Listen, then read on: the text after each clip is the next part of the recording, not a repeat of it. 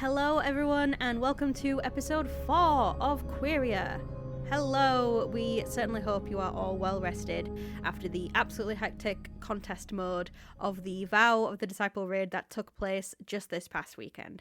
It was crazy, we're going to talk about it. We're going to be diving into all of the controversy, I use that word lightly, but controversy and hot topics surrounding this raid race in just a second here, as well as our immediate thoughts and reactions to the raid itself, how our team got on with contest mode, and how much Trystan wants Rolk to punt kick him into the stars. Exposed.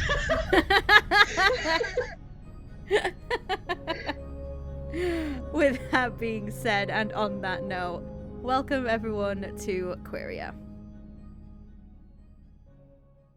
So, once again, we must warn for raid spoilers. If you haven't played it and you are still wanting to go into it with no information, if maybe you and your team have decided that you still want to, go in not knowing anything and figure it out, even a few days afterwards, more power to you. This probably isn't the episode for you because we are going to be talking about everything. Nothing is off the table in regards to the raid. So you have been warned, and let's get started.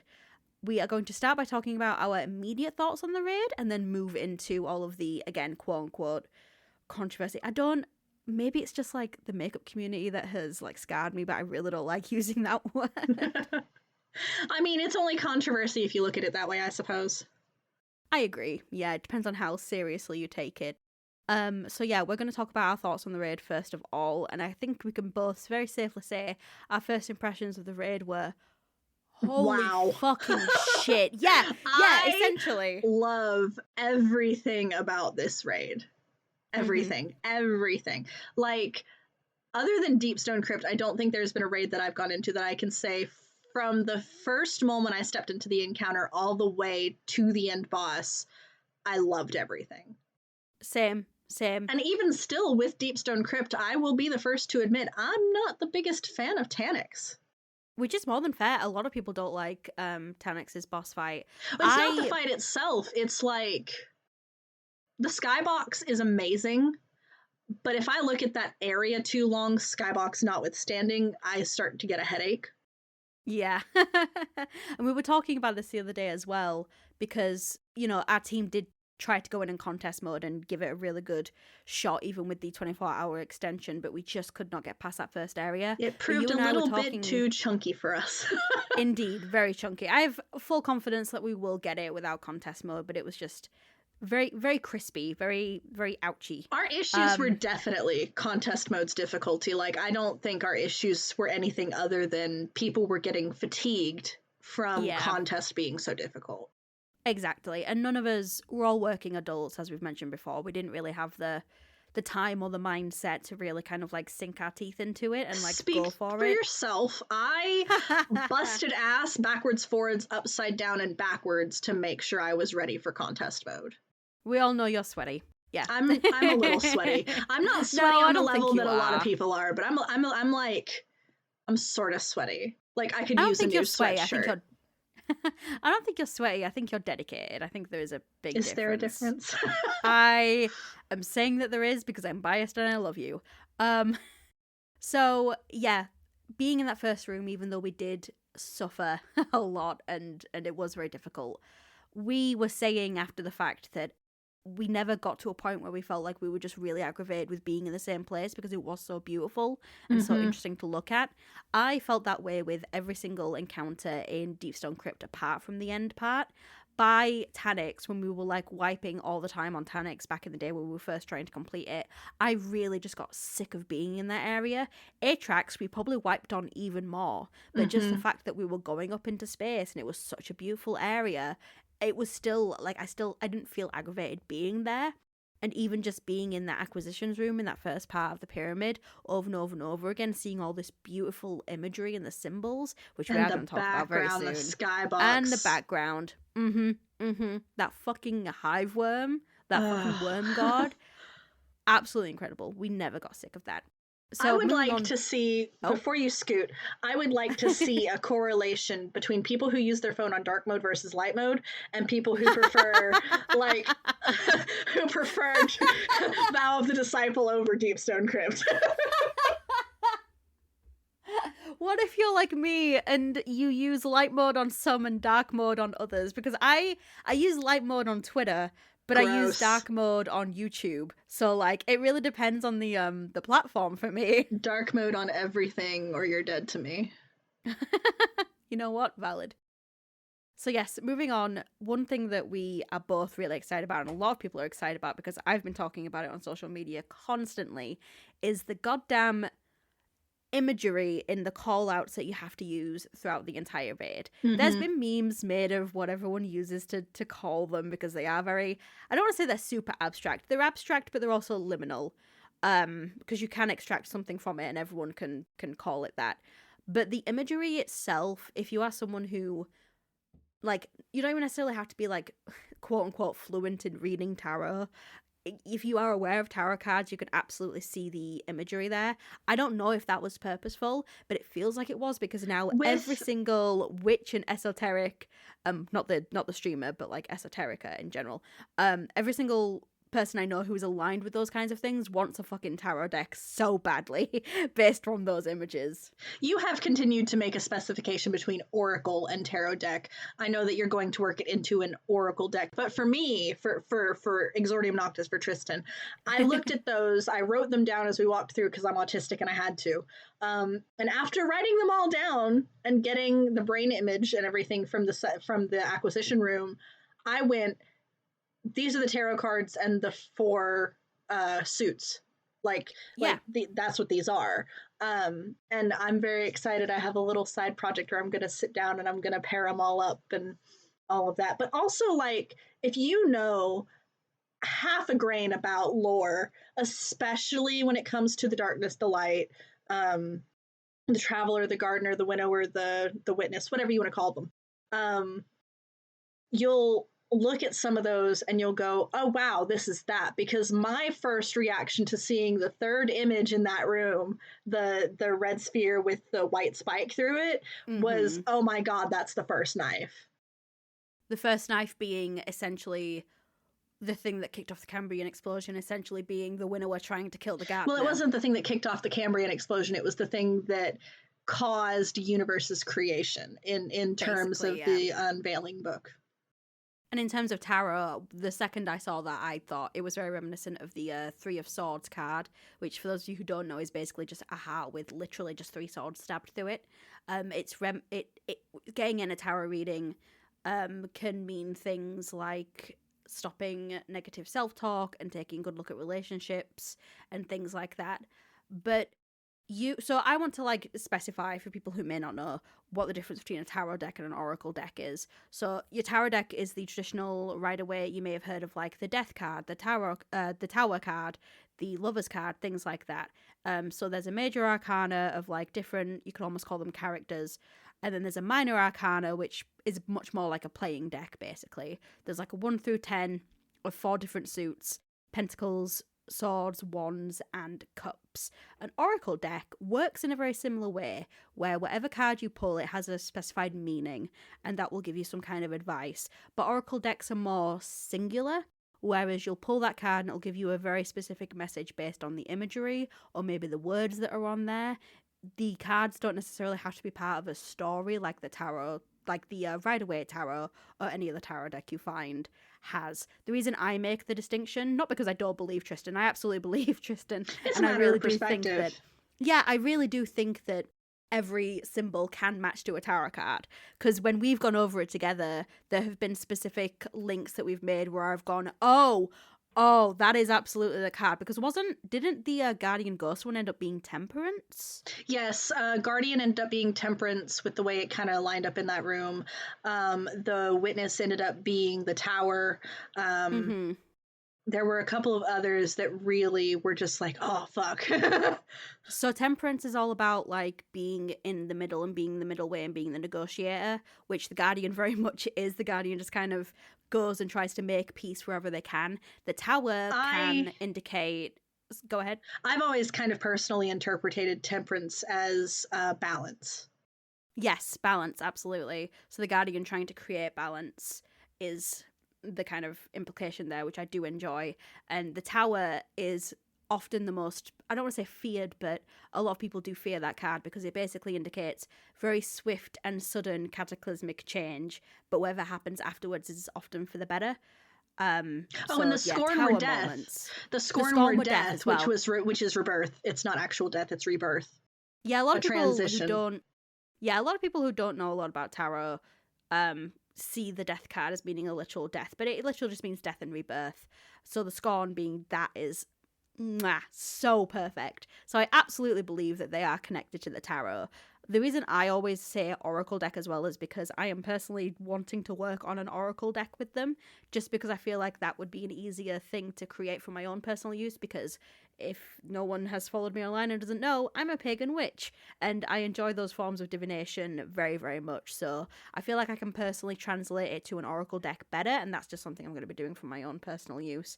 But yeah, those images, absolutely gorgeous. Anything else to say about them? Which one was your favourite? Which one was my favorite? That's hard. I really like Kill. Yeah, the Kill first knife image yeah. was probably my favorite. That one holds a special place in my heart because that's the first one that I looked at and I went, okay, this is the Three of Swords. But I liked the plateau because it surprised me. Oh yeah, the Black Garden and the Black Garden's Heart were really, really, like, I was a little stunned to see them in the lineup. But everything is represented. Everything we've encountered is represented, which kind of ties into a little bit of a moment I had when we were watching Esoteric's run of the last couple of encounters, because we didn't, like we said, push through in contest mode. We didn't get there. So to be able to make informed statements on what the visuals and the encounters were, we went and watched Esoterics because his are usually pretty audio free. And like the Rolk said something about 2/3 of the way through that made me go, oh wow, the lore implications of the idea that he's watched us the whole time. Yeah, it was the third encounter after the Caretaker, because basically you end up getting a Aegis shield, which is from the Vault of Glass, and having to cleanse people as you run through this area, and he basically says to you that these trinkets are worthless. And I didn't pick up on, I mean, I saw the trinkets are worthless thing, but I didn't pick up on the implications that he's seen and has known what we've done all the way back from the Vault of Glass, and is basically telling us this is going to amount to nothing. But you picked up on that super quickly because you were like, I'm a lore hound. implications of this. But you said that and I was like, how though? Because any enemy can just look at our achievements and be like, the stupid hero, you haven't done anything of worth. And I just thought it was that, but you were like, no, but how does he know? How does he know about the Vault of Glass? How does he know about everything that we've done? So, like, I would honestly say the only real, like, big achievements that our quote-unquote enemies would really know about, if they weren't part of that faction or part of that race and experienced those things either second or third hand, would probably be Oryx. Because like, nobody's going to know about the Vault of Glass unless they were like unless they were part of the Vex network, or unless they were part of the Vanguard, because the Vanguard had to have sanctioned that raid. Nobody is going to know about, well, Crota maybe. Well, Crota, yeah, because it's a domino effect. Crota happened, and then Oryx was the response. But like, nobody's going to know about what happened in the Plague Lands. Nobody's going to know about, Scourge of the Past. They might know about everything that happened with Callus's Leviathan. But even still, I stretch with that real hard, because that was very Red War and Nessus-centric, and then following just the Crown of Sorrows was just getting the Hive back in the picture. It was Savathûn. So, like, I really struggle to believe that anything outside of Crota and Oryx being a domino effect would be anything that anybody would really know about. So why would Rolk know about it? Like, that is incredibly important. Somebody has to be showing him these things because he had our achievements. Like, in picture form. Somebody had to have told him these things. And also, I would go out on a limb and say that the brain image is directly correlated to Clovis Bray, the corporation, not the person. But I agree. Because Clovis Bray as a corporation, especially with the creation of the Exos, is such a big cog in the long-term plan of the darkness.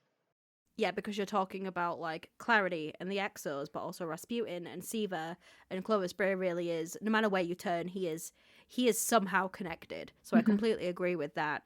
So the other encounters we haven't spoken about, the first one, No. the payload. No. No.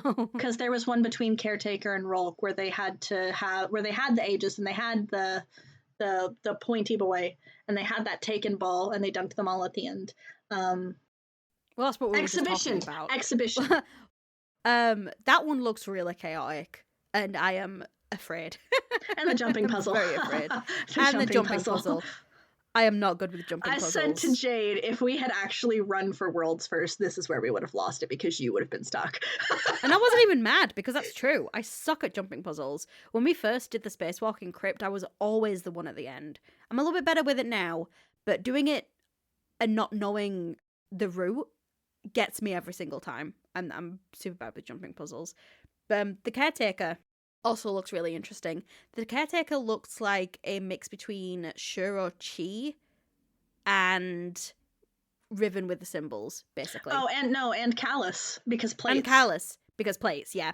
It feels like they're taking all of the best parts of the raids that worked by themselves but didn't work in the context of the raids and putting them together and making them better. Because I don't know about anyone else, but the one thing that I didn't like about Shuro Chi was having to chase her up those up that tower. And the fucking puzzle.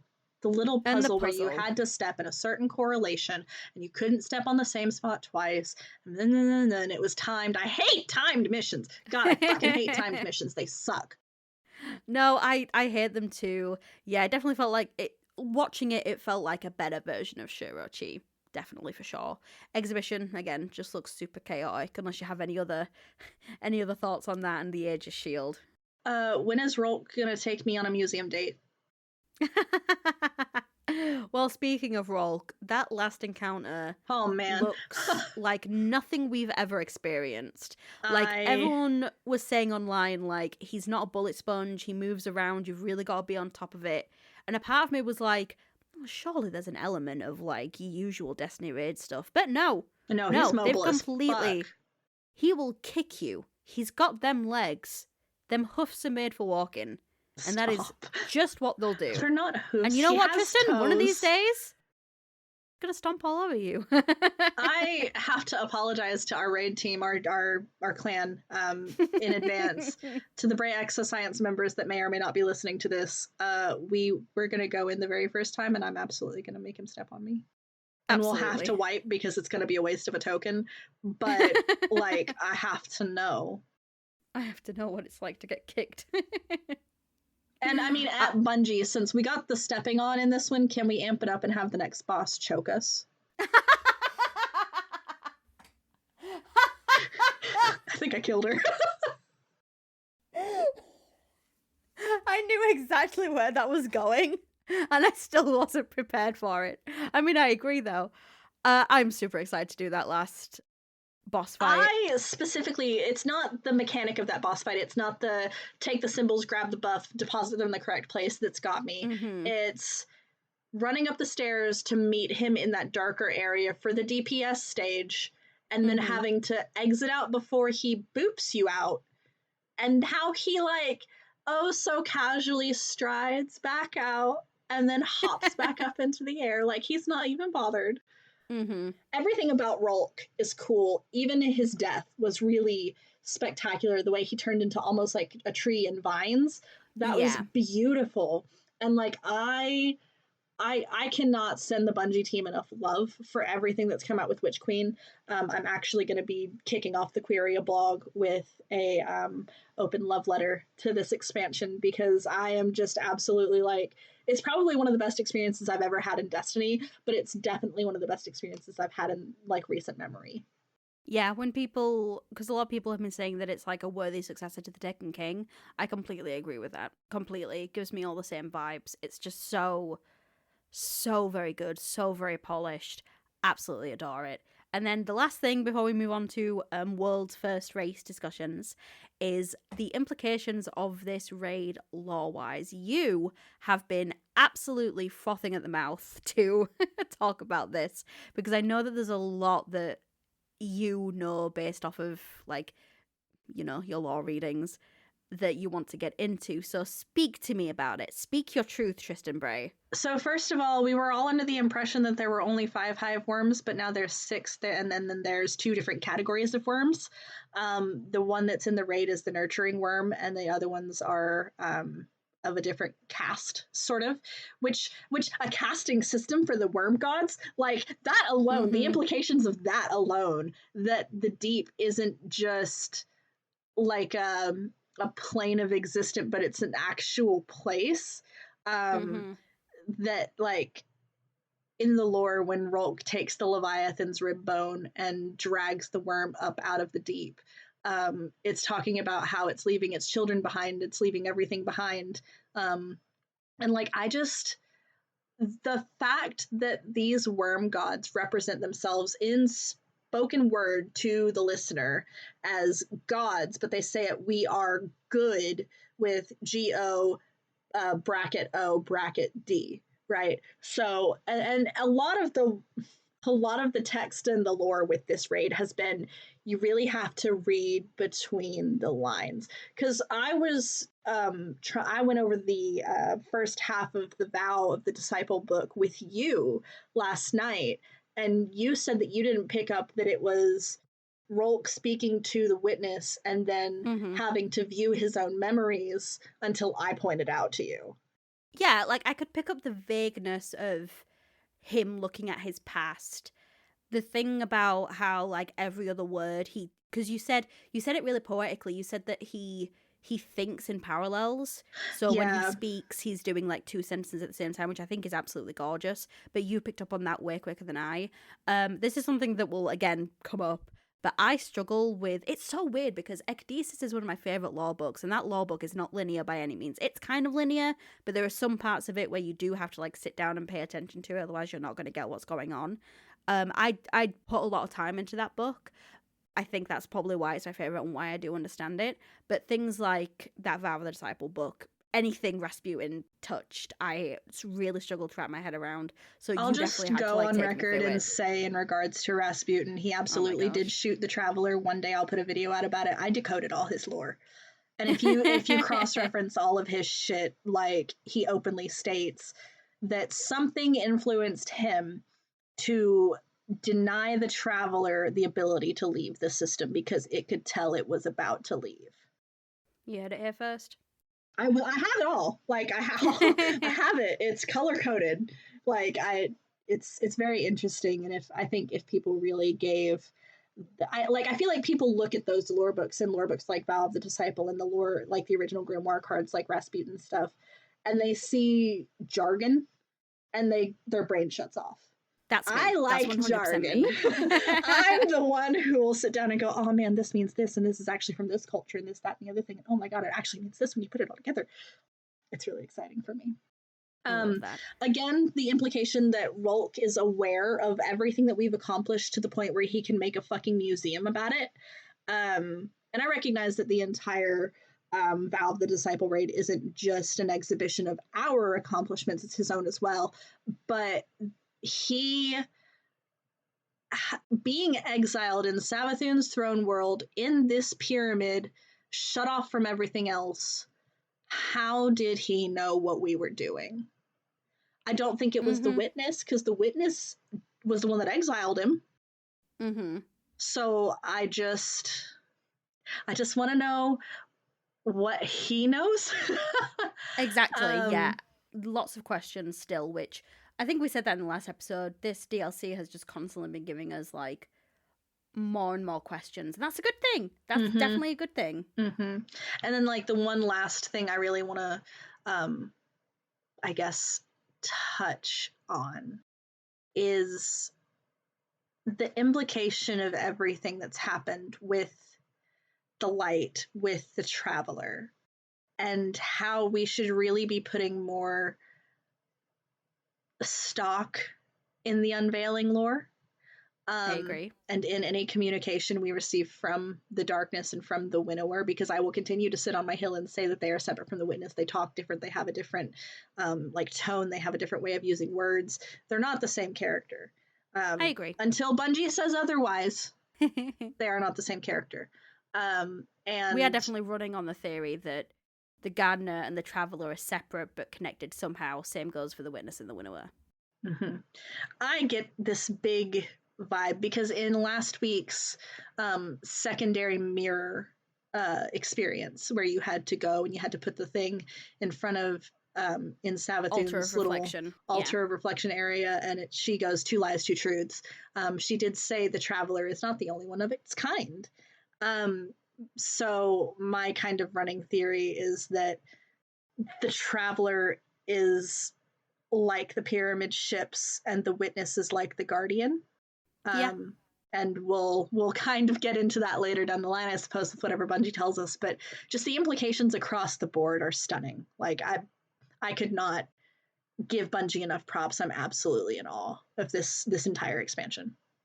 There's so many possibilities, and it just makes this world so much deeper. And it feels like everything that they've started in Destiny 1 is finally paying off, and it's just, it's so good. Okay, so moving on to the spicier part of this podcast, we are going to talk about the world's first race. Now, we briefly had a conversation about this last episode. We didn't really touch on it we did. We gave our opinions, we talked about it a little bit, but we didn't go into too much depth. And now, with a world's first race having just happened, I do think it is like prime time to jump into it. I do want to say, though, that there is a brief trigger warning on this part of the podcast. We're going to be very vaguely, very generally talking about homophobia, transphobia, and racism. If that makes you feel uncomfortable or anything like that, just bear that in mind going forward. Like I say, very general. We're not going to jump into any kind of specifics, but we are going to be discussing that very, very generally. And if you're thinking to yourself, why do you have to trigger warning a conversation about the world's first race? Well, that's part of the problem, isn't it, friend? So,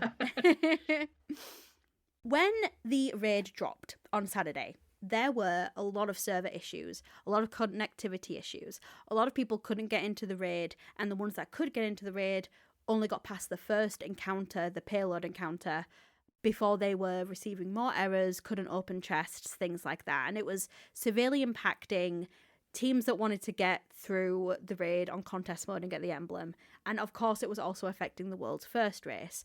So, based off of this, Bungie decided to extend the contest mode. So contest mode is essentially you will be under 30 light level for every single encounter that you go up against, or under 20 light level, actually, I think it is. You are capped at 1530, I believe, and the boss encounter was 1550. That has changed now that contest mode is off. So if you are at 1550 and the boss is at 1550, you will have more damage, but during contest it is specifically harder because it is a challenge, and the idea is that it makes the world's first race an even keel for everyone.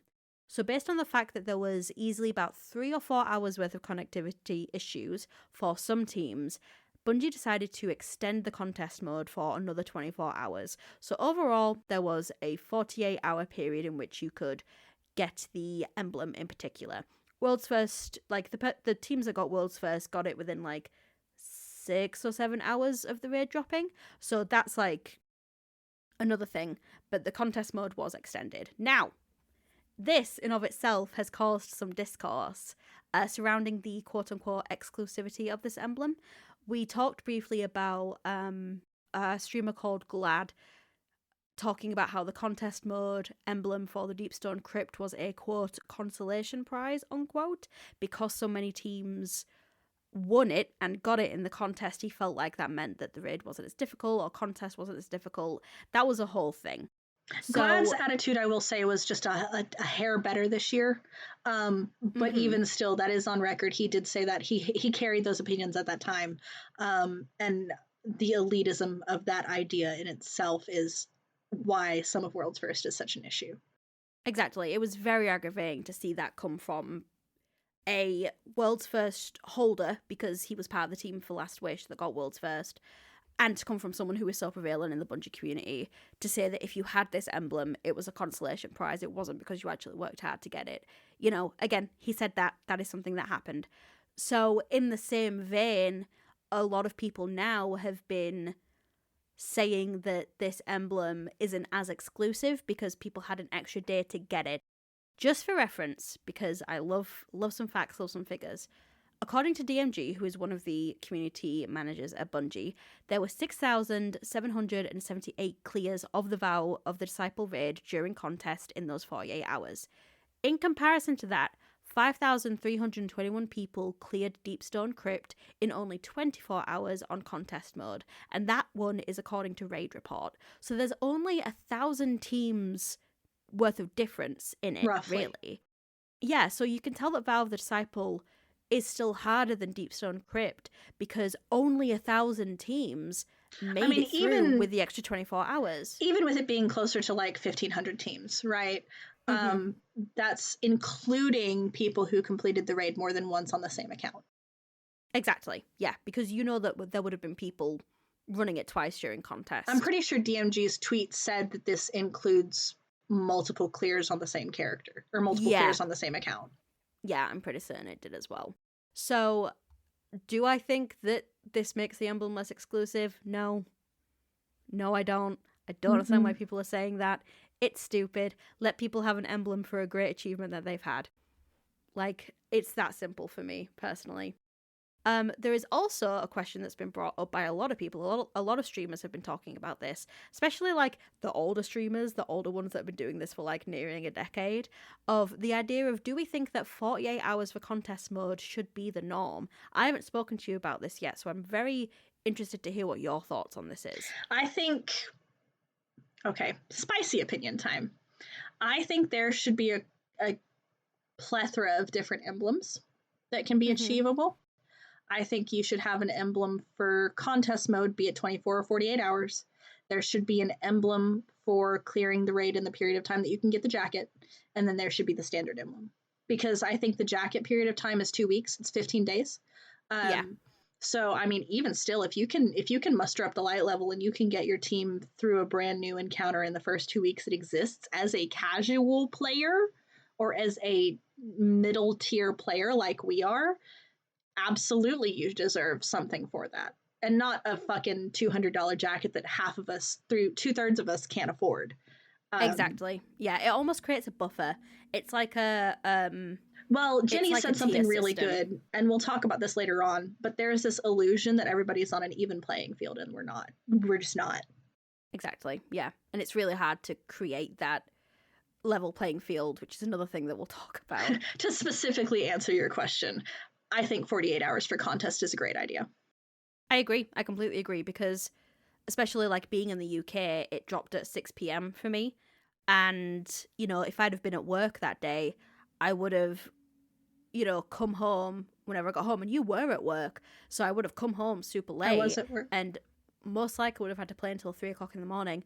Also, if my dad is listening to this, Dad, I love you. My dad is a part of our raid team. He's an older guy. He's not going to be staying up until 3 or 4 o'clock in the morning to play a video game with us, and I wouldn't expect him to. Which is funny, because I feel like if we had gotten past acquisition and we were looking at that late time, and I had been like, oh, come on, Dad, please. He would have been like, oh, fine.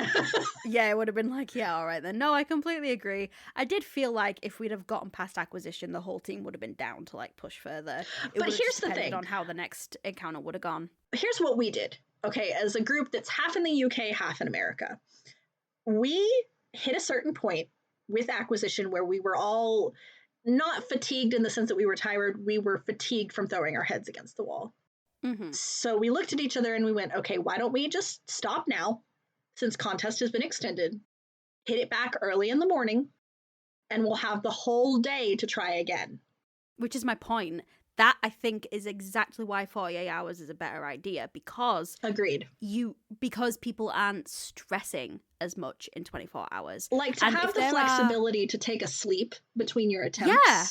Like, one of, we were playing with, Reese the other day, who, I know personally, and, you know, he plays a lot of Destiny with us as well, and he was saying that his raid team is sweaty. He has admitted it. I'm not, like, slandering him by saying that, but he has said, he told us that his entire raid team changed their sleeping schedules so that they could wake up right when the raid dropped. And they Mhm. didn't even get past the first encounter. Yep. Like, that blows my mind that Same. people would go to that extremes. And, like, you know, more power to you. If that's what you want to do to get through the raid and get that emblem, like, more fucking power to you. You go, you funky little sweaty. I was about to say go, little rockstar. But Rockstar. exactly. But I think that giving players that breathing room doesn't take away from it being a fantastic achievement, because timed achievements are another thing as well. And I just feel like any streamer or any content creator or anyone that would say, oh, well, it devalues it because now you've got more time to complete it. So Also, if I spend Go 4 ahead. months climbing if I spend 4 months climbing Mount Everest, I've still climbed Mount Everest. Even if that Exactly. guy did it in 3 weeks. Yeah. Like, why does it matter? Another thing, 24 hours is not an accessible time period for people who have physical, mental, and emotional disabilities. Snaps. Absolutely. Because To say that your world's first race is accessible and friendly to people with disabilities would be above and beyond like a bold-faced lie. It's not. There's and for as good as Bungie does, and as much as Bungie tries to make things approachable for folks of all walks of life, their pinnacle achievements and the things that they use to represent what's best about the Destiny community are restricted to an elite few by the proxy of them being as hard as they are and being in a limited time period. Absolutely. The limited time period, I understand the exclusivity and the prestige that comes from it. It's just not accessible. And again, the whole thing of like, oh, well, it shouldn't be because you should put the time in, blah, blah, blah, blah. Like, no. Okay, No. like again, the Mount Everest example. Well, again, even still, to make that a little bit more like on keel, if you've got a set of stairs next to a ramp for somebody who's in a wheelchair or for somebody who can't climb stairs, does it make the climb of those stairs more enjoyable for you to be the only one to be able to climb those stairs? Exactly. Would it make you special if they took that ramp away? What is hurting you about people having the accessibility to take the same route you are? Nothing. It doesn't hurt you that somebody can roll their wheelchair up a ramp right next to the stairs you're walking up. Because you can still walk up the stairs. You're taking the same journey. Exactly. Again, the Mount Everest example, I think a lot of it's one of those situations where I feel like it shows a lot of people's true colors. I'm not gonna lie, which is good. Unfortunate. Unfortunate. On that topic, we did have a absolutely riveting discussion that was very British of me, an absolutely riveting discussion in the Queeria server on Discord about the world's first race. Please join the Queeria Discord. There is an invite on our website, which is queeria.squarespace.com. We love to feature other people's opinions, and we love to talk about anything and everything, not just Destiny, in that server. So please join in if you can, and if you feel able to, and if you feel comfortable doing so. We talked a lot about the world's first race, about people in the world's first race, and we're going to read off some of our community members' thoughts and feelings on it.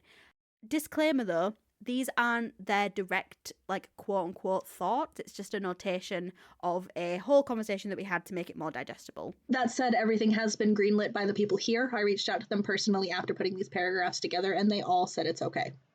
Yes, and Trish did a fantastic job with the notations as well. So, one of our first topics was, should Day 1 belts / accolades be retroactively stripped from players who do things that go against Bungie's community guidelines?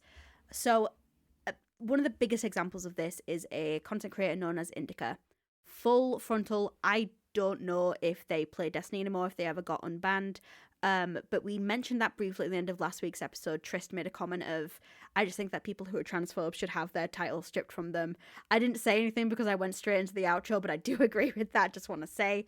And another example is one of the team members who actually won the world's first Vow of the Disciple. And is a repeat world's first winner, by the way. Yes, because they also won Vault of Glass in D2. They tweeted, quote, and this is the TV crew, so I'm not being shady. They tweeted, and the tweet is still up, they tweeted, quote, "This is the worst day one by a fucking mile. At Bungie and at Destiny the game should be ashamed of the product they released."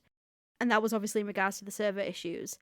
They followed up with a tweet after they'd won, saying that they stood by the tweet, but they did also give praise to DMG and the community team at Bungie when DMG @replied them.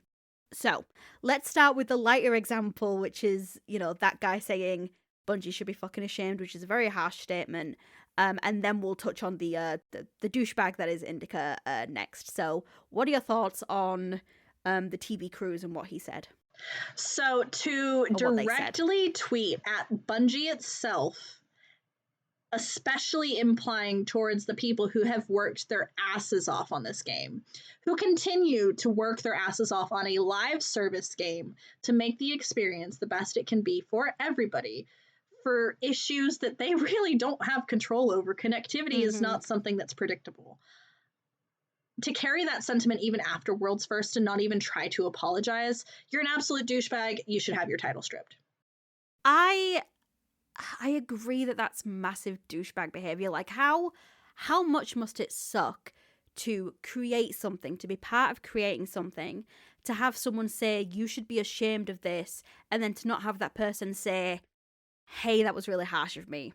To have that person be like, oh, well, I stand by what I said because it was terrible. You could at least say, like, I would give hey, him grace. I'm sorry. Yeah, I would give him grace if he came back after winning World's First and was like, I said that in a really heated moment and I shouldn't have. I'm sorry about my words. I do think the connectivity issues were a problem, but I do not think that Bungie themselves, like, if he had just tried to apologize, right? But he didn't. And this is where I'm going to double down. If you are somebody who wins a World First race, has that title, has that belt, and has that connection to the community, be it through a legendarium type deal where you have won World's First before, whatever. People know who you are, especially in the Bungie community. People know who the World's First winners are.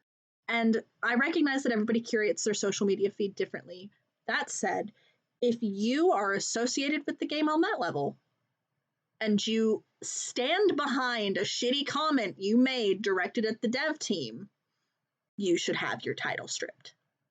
Because that's not the type of behavior Bungie puts forward as their social face. They try very hard to cultivate a community of acceptance, of kindness, of encouragement. So to have a World's First player, somebody that will be and is known in the community, because again, they're a repeat winner, say something that intensive in regards to frustrations over server issues, pull their title. Like, the thing is, ultimately it's Bungie's decision, and if they don't want to ruffle feathers, like, I understand that, because this community can get really heated when Bungie makes decisions like that.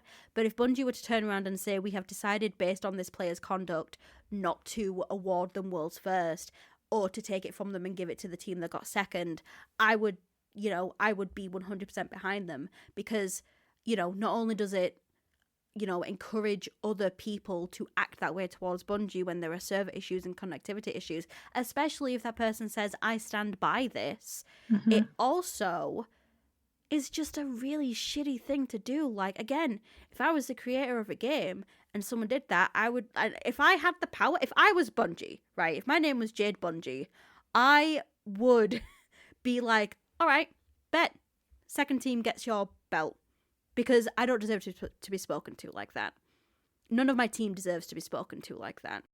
I just think that, again, Bungie can make their own decisions internally for whatever reasons they are. I don't own a gaming company, especially not a AAA one, that has, dealt with this kind of community stuff, since Halo.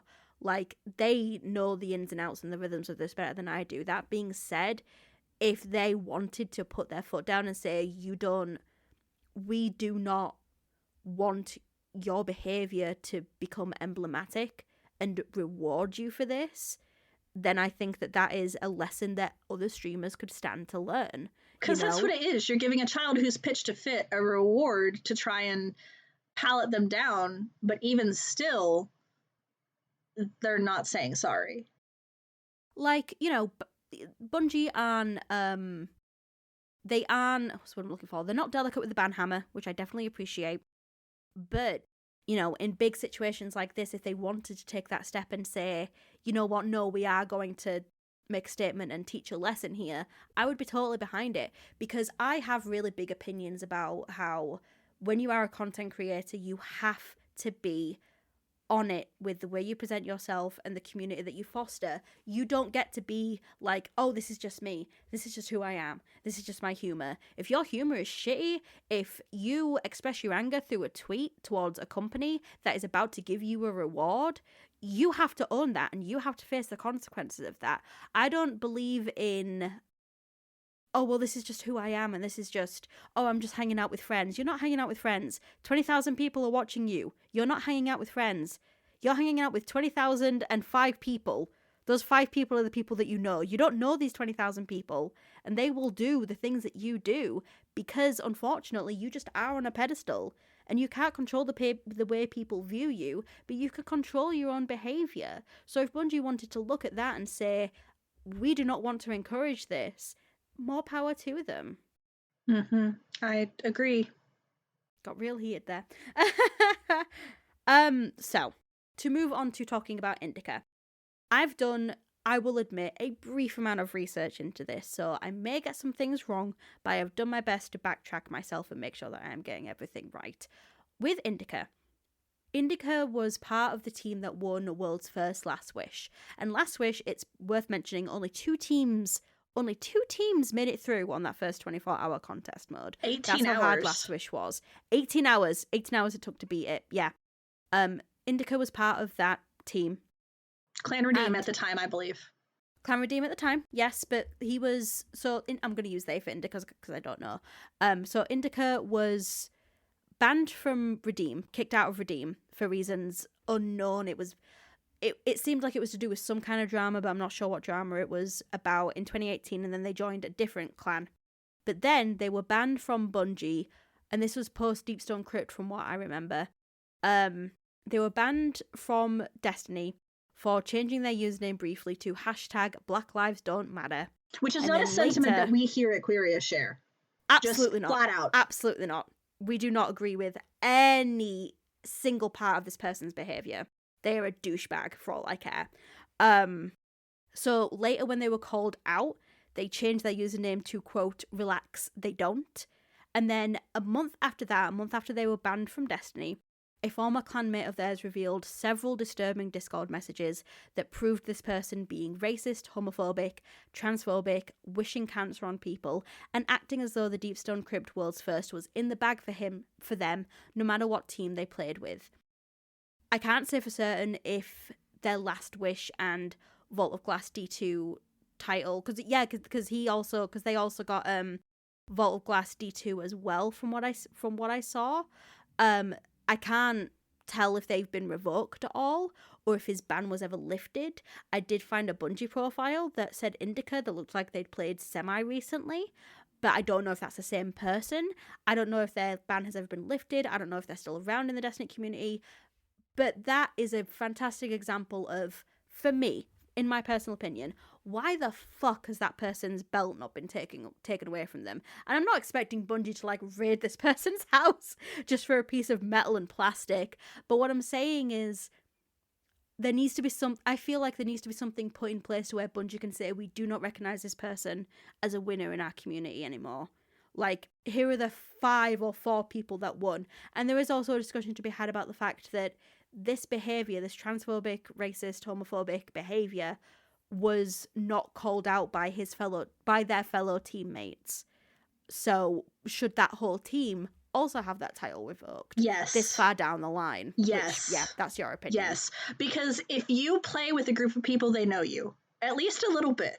Okay, They've either met you on social media, because shout out to Shayna, okay, who was on our World's First team, because we met her through social media, and we had not known her prior, and we played with her, and she was awesome. But I just if you play with somebody, you know them at least enough to know that you want to interact with them physically, right? So for nobody, and again, Indica was on the World's First team with Glad and other members of Clan Redeem. For these people to accept his actions enough to invite him onto that team, to press through that action with him, and then to not call him out on his behavior following, the whole team is a safe space for somebody with those mentalities and should be revoked. I completely agree. And like, I feel like the very simple question is like, well, then who gets it? No one gets it. Because this is the team that got first, and now it gets taken away from them. Like, for me, like it's a terrible situation where Bungie can't do a lot with it. But unfortunately, that is a consequence that maybe they have to bear. And I don't mean to say that maliciously, but the fact of the matter is, like, you need to have better safeguards. And these are points that other people brought up in the conversation as well, which we'll get to in a minute. But you need to have these safeguards in place to make sure that these community members are punished for their behavior, or can't get to a point where that behavior is rewarded. But it's very, very difficult, because how do you say, you seem like a bit of a dick, I'm not, like, show me your Discord messages from the past 6 months before you get into this world's first race. I do still agree with that whole team should have their world's first title revoked. And if anyone for some reason in that circle hears this, I don't know why you'd be here, but hello. If for some reason you're here and you're hearing this, it's not a petty hate thing. I don't want people to be losing their jobs or whatever. I just think that these people harbored a very unsafe place for people like me and people like Trystan, and they need to feel the consequences for that, like anyone else who is racist, homophobic, transphobic. That is just it. It's not coming from a place of, oh, well, you're just a hater. It's coming from a place of, no, this is really genuinely unsettling and uncomfortable. So somebody who is cisgendered, because I can't speak on the race thing, I'm a white guy, right? But somebody who is cisgendered can never understand and experience that I, as a trans man who is not on any kind of hormones and does not intend to be on any kind of hormones, goes through trying to do things on LFG, trying to do things with other members of the community that are not in queer spaces. It's a fucking nightmare, okay? And you all harbor these places for people. Okay, you allow these places to persist. You allow these toxic attitudes to persist. I'm not saying that everywhere should be safe for everybody, which is ideal. Okay, that would be great. I mean, but yeah. I'm not saying that everybody has to swallow their virtues, okay, because I recognize that there are some religious and background things, and there are so many things that play into people's opinions. I'm not saying that you can't believe what you believe, but I have to interact with your fuck asses in public and be polite to you. I deserve the same in return. Exactly. And it's also going to make the queer part of your community feel more safe if you see that kind of behavior have serious repercussions. It baffles me that people who foster these spaces and don't speak against these spaces have 20, 30, 40, 50,000 followers. That's 50,000 people I can immediately look at and go, I don't feel safe around these people. Exactly. But I don't know who they are. Exactly. Like, I have to be anxious about everybody because I don't know where these 50,000 people play. I don't know where these 50,000 people go. I don't know what states they live in. I don't know who they associate with. Are they associating with somebody in my circle? Do I have to call my circle now because this person associates with that person who's associated with this person that fosters these ideas? It's a whole thing. And this is something that somebody who is cisgendered, who is white, who is heteronormative, who has the privileges to look above these circles is never going to understand. Absolutely. Yeah. Absolutely. Like, you've just, like, hit the nail on the head there. It's disgusting and disturbing, and the only way I can think of to end this is fuck you, Indica, and fuck anyone else who harbors transphobic, homophobic, racist spaces like this. You need to check the people you play with. If you don't check the people you play with, they will become monsters. You made a really good comment in the server. It says a lot that we all know who we don't want to win, but very rarely do we know who we want to win. And that this just kind of speaks attitude volumes. feeds into that. Yeah. Well, seeing things like this is like, I don't want Glad to win a world's first. And again, that's not a... You know who deserves to win a world's first? Let's just have a little bit of a, what is they say on TikTok, banana shirt, good news only. Like, let's just have a moment here. People who deserve to win worlds first. Amaze, a black content creator. Ill Physics, a black content creator. Anubis, a black content creator. Obi Katie Cat, a trans content creator. Exactly. But, you know, it's like, we would love for those people to win, but we know who, from the depths of our soul, we don't want to win. Like, when a queer space is thinking to themselves, wow, I hope that person who has affiliated with a person who hates me doesn't win because they're going to get more accolades and rewards and recognition, and that makes me feel more unsafe. That is something that you should pay attention to. And of course, Bungie's not going to fix the rampant homophobia, racism, sexism problem in the gaming community, but they control their community, you know? Well, they don't control them, but they preach fostering a safe space, so I feel like big actions like revoking titles can make people a statement. feel more safe. Make a statement, absolutely. So yeah, moving on to something again a little bit lighter. Something else that really rustled our jimmies was it really when boiled my parsnips. It really just pickled my cucumbers when I popped into Dato's stream, because I was curious as to like where people were and, you know, what the status of the world's first race was, because I was still curious, because I'm allowed to be curious even if I'm mad. Dato had muted his stream, and this was not the first time he had muted himself and his team. It's not the first time it's happened in general. The Division 2 has raids as well, and teams have muted themselves during those kinds of things too. Didn't Dato also mute himself during Last Wish? Exactly. It's not the first time Dato has muted himself in general during a raid activity. He muted himself. I know that he muted himself during the Vault encounter in Last Wish. I don't know if he muted himself anywhere else during the raid, but I know that he muted himself during that encounter. And that was the encounter that was like the make or break for a lot of teams on day one. So that feeds into, you know, discussion as to why he did that. This is something that caused a discussion in the server because we both have really big opinions about this. So what are your opinions, first of all? Bungie and Destiny is a game that fosters a sense of community. You cannot continue to foster a sense of community if you are actively blocking communication with your community. And you should not be a pillar of a community if you are blocking communique with your community. Like, I understand, oh, I don't want anybody else to get in front of me, but at the end of the day, shouldn't we all be cheering each other on instead of, oh, I want to win and I want them to lose? Well, this goes back to me talking in the last episode briefly about how I had rose-colored glasses, which through Vow of the Disciple and through talking about it with more people, like, those have definitely been, like, completely shattered, which is fine. Like, I knew that was going to happen. But we miss you, T-Rex. You know, I miss you so much, T-Rex. T-Rex, I miss you Professor so Broman much. too. They don't, neither of them stream as much anymore, and I miss them.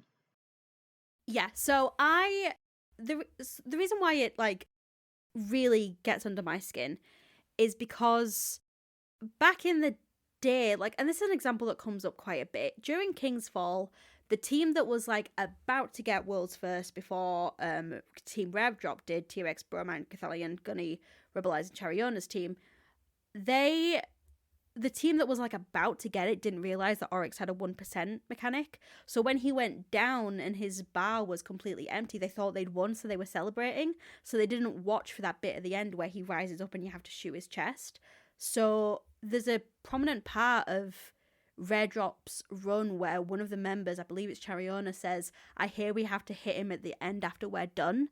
But that's because that team before them had messed that up. So a lot of people see that as an example of, well, yeah, clearly you're going to mute your comms so that people don't know that, because that second place team could have ran it again without anyone knowing that, which I protest to, because people could have seen it.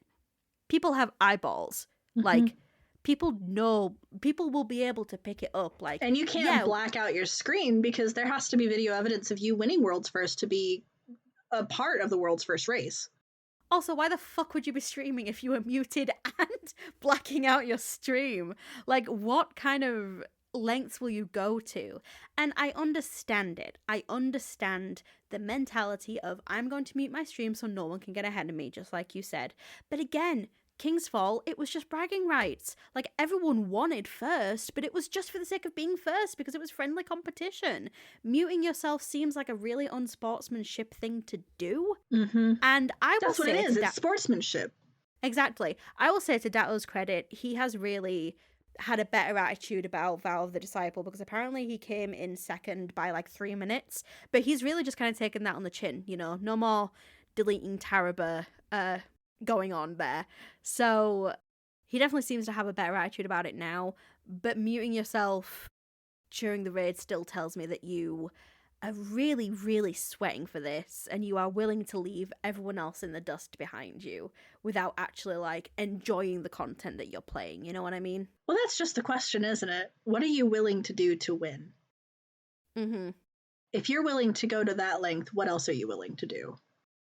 Yeah, I don't want to, like, catastrophize it too much, but it does feel like it just feels pointless. It just feels pointless. You are streaming, you are making money from streaming, you are making money from having people watch you race. He had like 100,000 people watching him, which is crazy. Like, congratulations, that's a lot of people. I think King Gathalion peaked at like 80,000 during King's Fall, and I watched that one live. Well, I watched the beginning of it live. So, like, that's absolutely crazy, but are those 100,000 people supposed to just accept that you don't have any comms on? Like, that's so boring to me. Mm-hmm. That is such a good segue into the opinions that our friends and our community have given us, because Kaz, at Kaz PhD, his first thing... Getting his every single episode mention... Every single episode will just sneak him in there. I mean, this is more than just a sneak in. He's just the mascot. He is! That's not true. That's not true. The mascot for Queeria white is... cis man. No. Is Caspi. No. Stop. Whitford the pig is the mascot for Queeria, and I will accept nothing else. But Kaz said in the server, muting is alright because a team should get things done on their own, but is ultimately fruitless unless they restrict their chat to emote only, as viewers often stream hop and will bring info along. Multiple winners shouldn't be an issue so long as they play fairly and follow community guidelines. Winners in that respect become more than first through a raid, they become a community icon. Therefore, if a community guideline is violated, they should be disqualified from winning any Bungie-sponsored titles. Perhaps a warning system could be put in place if the incident is small or isolated. Bungie often fall back on don't break community guidelines, but it's reflexive, not part of the original process. If the bad event was conducted after the title was earned, I am uncertain if the title should be revoked unless there's evidence of the bad stuff happening prior to the title being earned.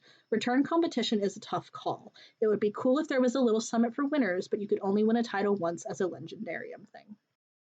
I agree with the majority of that, especially when they win a raid, they become a community icon, especially if you win it like once or twice. Because if you're talking in the same way as like WWE wrestlers, like, oh, he won this title 3 times, or like Grand Prix, they won this title 3 times, or football, they won this championship 3 times. Like, that adds more prestige to it. So they absolutely do become a community icon. I love his suggestion of, where was it? A warning system being put in place if the incident is small or isolated. In the example of Indica, I do believe there's a lot of evidence to suggest that even before Last Wish, they were just a terrible person. So, yeah, Kaz made some really good points. It's really hard to vet the entire community. I understand that. And I do think it would be cool if there was some kind of Hall of Fame style thing for people who have won before, but they should not be allowed to compete again. That is another thing as well, which I struggle with because, well, actually, no, I don't. I don't know why I said I struggle with it. I think it's because, if T-Rex was still streaming, I would definitely want his team to be, eligible for a second win. But, with the way that it is right now, and with the fact that Indica was a 2-title winner, and the guy who told Bungie they should be ashamed of what they made is a 2-time winner, that is... And these are the people you are raising up as pinnacle. Exactly. That is all the evidence to me that, like, you can still go for contest, and if you do somehow get in first, well done, but you're not getting that belt, pal, because you're just gonna get more of a head on you, and no one wants that. I mean, and again, like, oh, that's not the way it is. They're just blah, blah, blah. I'm sorry, but that's the way it looks to me. And it makes me uncomfortable, and I don't like it. So, yep. How do you solve a problem? How do you solve a problem like a streamer? Not even a little laugh. There we go. Thank you. My mic wasn't picking me up. Sorry. No, you're okay. So the next person who had a spicy opinion for us was Not 6 Coyote, 6-foot dwarf. I've never actually apologised for that, and we're 4 episodes in now. But in the very first episode of Queeria, I misspoke and called 6-foot dwarf 6th Coyote. That is not his name. That is his nickname in our Discord server for lols. Because I get bullied in my own damn server all the time. For the lols. I am a Loki devotee. It is my lot in life to be a joke. Anyway. 6 had another really lovely opinion, which was, if any hate towards Bungie is expressed, especially for unpredictable issues like connectivity, you don't deserve a title, which obviously we both massively agree with. He said, I have major respect for the devs. Their work is amazing and they work so hard. I don't know how much of the good feedback they get because the crappiest minority is also the loudest, which is very true. If Bungie want World's First to be the pinnacle achievement and winners to be ambassadors, requirements should be tightened. If they actually made rules for World First, they could get teams to submit a form to show who is taking part and, brackets, if something bad happens, Bungie would have that information on hand. If you want ambassadors, you want the best to represent you. They should be proving they stand against hatred of any kind, toxicity, cheating, and any other negative behaviour. Community leaders should be seen to promote the standards of the company if they are going to be viewed as representative of what's best about the Destiny community. I wholeheartedly agree with everything 6 said. I was about to say, I feel like that not parallels, but that's very similar to a lot of the opinions that you have in regards to the World's First race. The idea of the requirements being tightened, because whether Bungie wanted it or not, the people who win World's First do end up being ambassadors. They do end up being pinnacle like content creators and stuff like that. They just do. If you were to ask anyone who has won a tile belt or has won a World's First, if it's changed their, I don't want to say level of fame, but their, like, notoriety, I'm sure they'd say yes. Maybe it wouldn't be to, like, stardom degree, but I'm sure it's not going to create anything bad for you unless you turn out to be a dick. So I think the idea of tightening those requirements and being like, we need to double check this win is valid, but we also need to double check that these people are in line with our community guidelines, I think that is really important.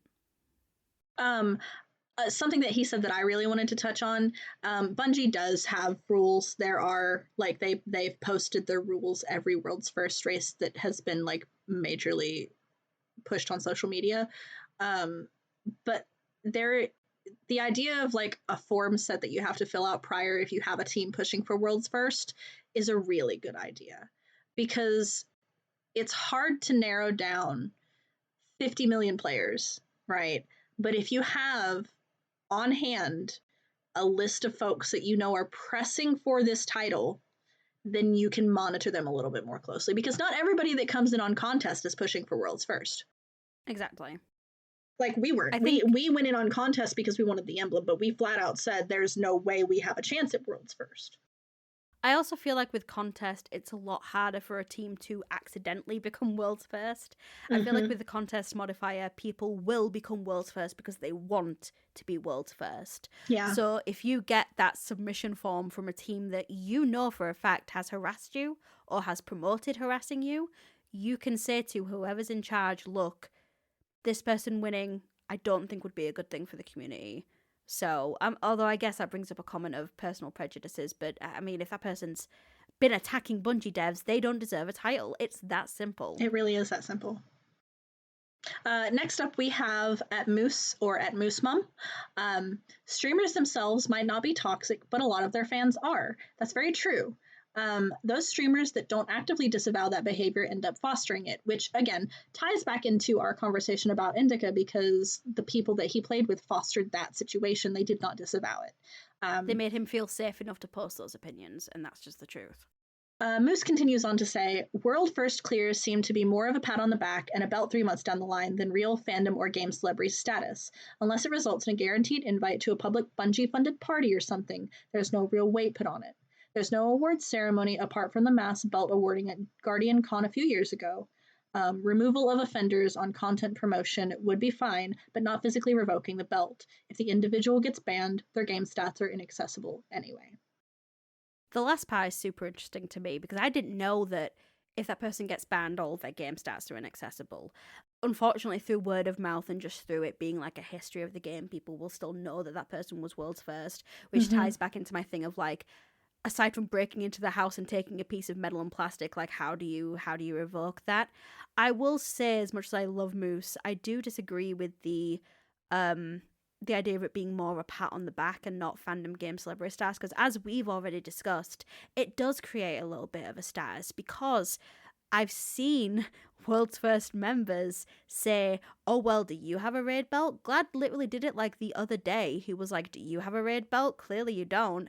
And for as much as I love T-Rex, when people have come into his stream like trying to troll him, he's been like, yeah, sure, tell me shit I already know. I have a World's First belt. What the hell do you have? So it does become a token of something and absolutely gives you like a little bit more status, in my opinion. If other people think that, you know, like Moose said, it seems like more of a pat on the back to them, that's a-okay, because, you know, when you break it down to its bare essentials without all of the Radiant bullshit online, it is just a pat on the back and a belt 3 months down the line. Like, simply put, Occam's razor, it absolutely is. So, you know, if you think that that is all it is, and that's absolutely okay. For me, I have personally seen the effects of, you know, what having a world's first belt is, what it can do. I would argue, like, the only thing I would tack onto that is if you have a world's first belt, Bungie knows who you are. You have more of a voice in the decision-making process than you think you do. So that also plays a factor. I would love to see physically how Bungie tries to get the opinions of people who aren't streamers. Because that's just the thing, isn't it? There's no way somebody at Bungie was watching us attempt and beat our heads against acquisition, you know? But if they were, I want to know why, and I want to know what notes they were taking, you know? But we had 4 viewers, and 3 of them were in the party with us. Okay, so that's you don't know whether or not I'm a Bungie dev. Bungie's not watching small name streamers. I would assume, okay, again, I'll go out on it and say, I would assume that the people Bungie pull up in their fancy little studio to watch World's First are people that have a following. So they're already members of the quote-unquote elite community, okay? So of that token, they're not really watching lower end streamers. They're really not watching lower end attempts, which again kind of plays into this idea of a even playing field and how that's falsified, which ties into Jenny's next statements. Please continue. Yes. So Jenny, otherwise known as Paracausal Jenny, said, I have no issue with repeat winners because that implies some kind of training / cooperation, though it does take work, which I do agree with to a certain extent. To evaluate teams before the world's first race would be a huge undertaking, hence world's first being reflexive. You can't ban people for being obnoxious, but it ends up being subjective. Someone can follow the rules and still be an ass. Should that disqualify you?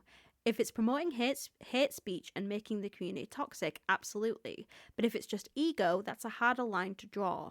You can be egotistical and harmless and still be an annoying or frustrating member of the community without doing anything bad. It's when you end up fostering negativity and toxicity that it becomes a larger question of whether or not you should be permitted to be associated with the game at that level. I do side-eye the playing field being made up of people whose job is to play, live and breathe Destiny, and regular casual players. It speaks to a false sense of an even playing field. World's First is open to all, but not all teams are coming from the same place. World's First definitely contributes to this Destiny is a serious game for serious gamers mentality, intentionally or no, and I agree it's a driver in general community toxicity and elitism, even if it's just meant to celebrate a new raid launch. I really like Jenny's sentiments. She really came to bat with, like, legitimate non-emotional responses, which is always good because I'm a highly emotional creature. A lot of my opinions are influenced by reactions I've had to the things that have happened, but Jenny is very no nonsense when she talks shop, and I appreciate that about her. Oh yeah, absolutely. It makes me wonder if you know, this idea that Six put forward of having like some kind of form of people being like, we are actively going for world's first, here's our raid team, wouldn't benefit from, you know, in that hypothetical situation, wouldn't also benefit from being from Bungie saying, okay, we are going to look at your game stats, we are going to see how much you have been playing in the past week, and we are going to see, you know, we're going to put that against like casual players or something like that. Although I guess that doesn't really do anything much for world's first, but you get what I mean, because they could, I don't know, maybe break it up into teams. Because Jenny also put forward, I believe it was Jenny, it might have been Brass, but someone put forward an example of they used to go to a quiz night with a bunch of like That was people Jenny. who were just, that was Jenny, yeah, of people who were just there for a quiz night and people who were like scientists who were there for a quiz night. And they separated the scientists from the casual goers because of course the scientists are going to know more. And that's not like a general pub quiz. That was like, it was a very specific kind of like quiz thing that they were doing. And that makes sense because those people obviously are going to have a higher grade of knowledge. You know, I wouldn't be mad in this particular context scenario of a Destiny raid if certain teams that Bungie have looked at and have said, you have played for 50 hours this week alone, we are going to put you in this group of world's first racers and have a world's first for the sweaties and a world's first for the casuals. Maybe, I don't know, like I don't know how you would break that down. That would require more thought and more thinking and more that's what I'm looking for, more kind of just talking about it and figuring it out. But something in that vein I can completely understand. I also put forward the example of there was a thing during the pandemic where the sort of top tier Premier League football teams, so you're talking like Arsenal and Manchester United and stuff like that. I don't football, I have British family that football do. teams, This is how I so know they're about it. talking Yes, British soccer. football team. Soccer, yes, I'm so sorry, soccer. Well, I don't care, but there are people that may listen who might care and might not understand the difference. Which is fair. Yeah, they basically discussed having a very small group, a championship league basically just made out of like the teams that always win anyway was kind of the vibe. Like, we always win the championship anyway, let's just create our own championship where we could all compete against each other. And everyone hated that, you know, the thing of like everyone disliked that, like everyone said that was stupid, that was elitist, that took away from like the community that does form around football, which again, I have family, soccer, again, I have family who are like really into it, and like, you know, there is a community, there is a sort of almost family there as well, which has its own problems, like everything does. But, you know, so you've got an example of the best being put in one corner and everyone saying that's really elitist, how dare you, and you've got an example of the best being put in a corner and everyone else saying, oh, thank you, because there was no way we were going to be able to compete against them. So I understand how it's a really tricky situation. So over here, there are like, obviously there's tiers to how sports work. And again, I don't sports. This is word of mouth and my vague understanding. So there's like the professional leagues, and then there's collegiate leagues. And the collegiate leagues are like students, people who are actively in college that play these sports. And then your professional leagues are people who have graduated from school and are actively like being paid by companies to play this sport with this name. Yeah. And then even lower down than that, you've got major and minor league. I think that's more baseball than anything, but like that's the difference between groups and teams that represent like a full state versus groups and teams that represent major cities. Yeah. That's how I understand it. So I don't think there would be anything wrong with Bungie having a major league and a minor league for the world's first race, because you've got people who are in the same circles who live, breathe, eat, sleep this game, right? Who have the opportunity to put that work in.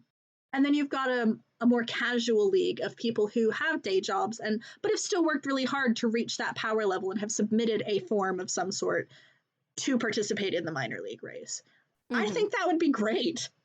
I would agree, watch minor league players, like, yeah, same. Like, because then you can have people like go and watch the major league if they want to watch the major league, and people watch the minor league if they want to watch the minor league. And also, when you could either submit that form and say, look, our team wants to play in the major league, or you could submit that form and Bungie will say, okay, here is where we have placed you. Because then you've got people who are, again, actively going for it, going for it because they want to, and everyone else can just get the emblem in 24 hours. And, if they accidentally get world's first, then I'm sorry, buddy, that's just kind of how it is, because that's the only way we can make it fair. Which, is unfortunate in of itself, but, it's in a parallel universe, we are having a conversation about that, I'm sure. But yeah, no, I completely agree with that idea, and I guess it would come down to personal opinion, because someone may be listening to this and be like, no, that's elitist and terrible, it's fine the way that it is. And again, that's a completely valid opinion, but I like the idea of it being like a major league and a minor league, because that minor league, if they are streamers who have day jobs and Bungie has said, look, we're keeping you in the minor league for now, if they become more successful and... Damn it, that was my medication alarm, y'all. Remember to take your medication. If you haven't taken your medication today, if you haven't taken your medication today, go take it right now. But yeah, if those people manage to get to a point where they can quit their day job and stream full time, the next time they do a raid, they could be in the major league, and that would be incredible. What a hell of a personal accomplishment, man. Right. That would be a personal accomplishment in of itself. Not just actually getting world's first, and if that person went on to get world's first, what a rags to riches story, I feel like it would foster a better sense of community. Shocker. Can you believe it? Fellow Bray Exoscience member Brass Attack is a good friend of ours. We've been playing with them for 3 years now? Easily 3 years, yeah. So they're part of our clan. And Brass has said, World's First is a completely male/bro-dominated space, and this propagates a very specific atmosphere and attitude in the overall community that leads to serious toxicity and taking the game way too seriously. Along with social issues, this leads to a regressive community despite Bungie's best efforts to cultivate a progressive and accepting community. If big-name streamers were vocally more accepting, kinder, and less toxic, and took a more casual approach to the game, the community would honestly improve. Instead, they help to cultivate a bro culture associated with toxicity. Which isn't wrong. It's not wrong. Brass really brought things to the table with that I hadn't considered about how it is really just a bro-dominated space, isn't it? Oh, yeah, 100%. And on top of that, it's not just a bro-dominated space, it's a white male-dominated space. As far as I'm aware, over the course of every single raid, at least the Destiny 2 raids, there has not been a single female who has been on the winning team. I don't want to speak any more than that, because I'm pretty certain there has not been a female person on any of the winning teams, at the very least. Or there hasn't been a queer person. Again, I can't say for certain, but I'm pretty certain, at least in D2, I know for a fact there hasn't been a single woman on a World's First team. As far as the whole of Destiny, I would be 70% certain of that fact. Again, I would have to double check. I can't speak for a person of colour or a queer person, but I'm pretty certain at the very least it is, like you say, very male dominated, and most likely very white cis male dominated, because they know that these spaces are places where they don't feel many consequences, so they can throw their weight around more than people like us can. Brass is absolutely right about that. And the World's First race, unfortunately, has turned into a place where they can puff out their chests even more. Mm-hmm. Yep. And it sucks, because we've talked so much about ways that could be changed, and other people could get the shot that, these streamers have. Because they are white and because they are cis, they are more quote-unquote approachable, so they get more fame, so they grow more in viewers, and they are able to quit their day jobs and start streams and win world first belts. That's a very bleak truth of the society that we live in. Mm-hmm. But that is something that Bungie also has to contend with, in the idea of making the World's First race more fair and more community friendly and more accessible. Is accessible the right way of saying that? Because I know there's been a debate over accessible versus approachable, so you'd have to tell me about that. I think more links could be gone to make World's First more accessible, because right now it's presented as approachable. I agree. I completely agree. I'm not going to lie to you. It was really disheartening to me when I was streaming, our attempt. Not that we had more viewers, but that the sidebar that I have where I follow people Amaze, again, who is a very well-loved Black content creator, had 96 viewers. Go like, watch if Amaze. I wasn't Amaze attempted, is incredible. He's so funny. And his freestyles are awesome. Like, and he goes out of his way to uplift the community almost every day. Like, he very rarely misses a video where he's uplifting, and that's what I think he broke out with, was doing morning motivation videos. Yeah. And he never misses a beat trying to reply to people. He fosters a community of friendship. You know, he goes absolutely out of his way to make his space safe and welcoming for all people, which, again, is the kind of thing that you want to see in a community ambassador from a group like Bungie, who also really try to make things approachable, accessible, and foster a community that's good for people from all walks of life, all shapes, colors, sizes, you know. And I think Amaze would be a great community ambassador, personally. Yeah, absolutely, 100%. And Ill Physics as well. He's another Black content creator. Again, I mentioned them before. Anubis. I think they were all on a team together, running together. Nice. I would like to see the correlation of their stream counts versus people with worse attitudes that have won. Exactly. And it's a shame. It's absolutely because I just think that's enlightening. Like, when you have people who are actively trying to foster good communities overshadowed by people who have more clout, it's really disappointing. The viewer, so like us down here who watch these people, have to put effort into, well, not effort, but like have to consciously like support these people who are like us. And when we find people who are like us, we will naturally support them.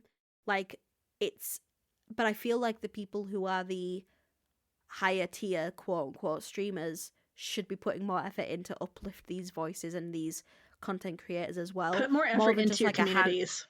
Exactly, but more and of that's like... Go ahead, sorry. I've interrupted you twice. You're okay. No, you're okay. But phrasing it more than like I'm blessing this person with a shout out, you know what I mean? Like, I'm not saying that anyone has done that, but I would always be really conscious of like shouting someone out who has less privilege than I do as a white female passing person, and them feeling like I am being like, I have blessed you, TikTok audio, I have healed you, you are healed, I have blessed you with my shout out. I would be totally conscious of that. But we need to be creating a community that is more diverse.